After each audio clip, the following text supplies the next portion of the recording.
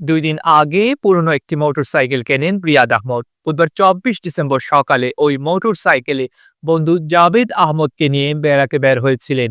পথে ঘন কুয়াশার মধ্যে পিকআপ ভ্যানের সঙ্গে তাদের মোটরসাইকেলের সংঘর্ষ ঘটলে দুই বন্ধু নিহত হন।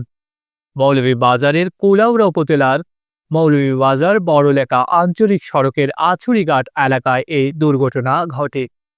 22 বছর বয়সী রিয়াদ মৌলভীবাজারের জুড়ি উপজেলার ভবানীপুর গ্রামের বাসিন্দা ফল ব্যবসায়ী নুরু মিয়ার ছেলে।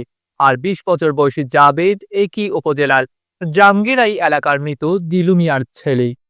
পুলিশ ও স্থানীয় সূত্রে জানা গেছে, রিয়াদ উপজেলা সদরের শিশু পার্ক চত্বরে তার বাবার ফলের দোকান চালাতেন।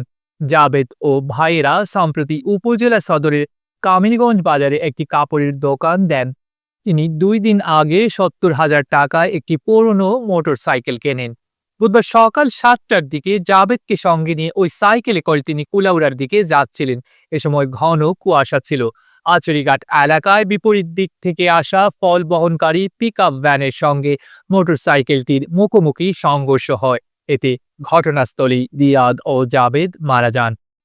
খবর পেয়ে কুলাউড়া থানা পুলিশ লাশ উদ্ধার করে।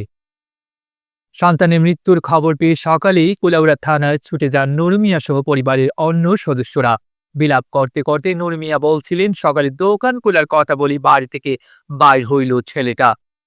বেড়াইতে গেছে জানতাম না, মোটরসাইকেল আমার ছেলে জীবনটা নিল।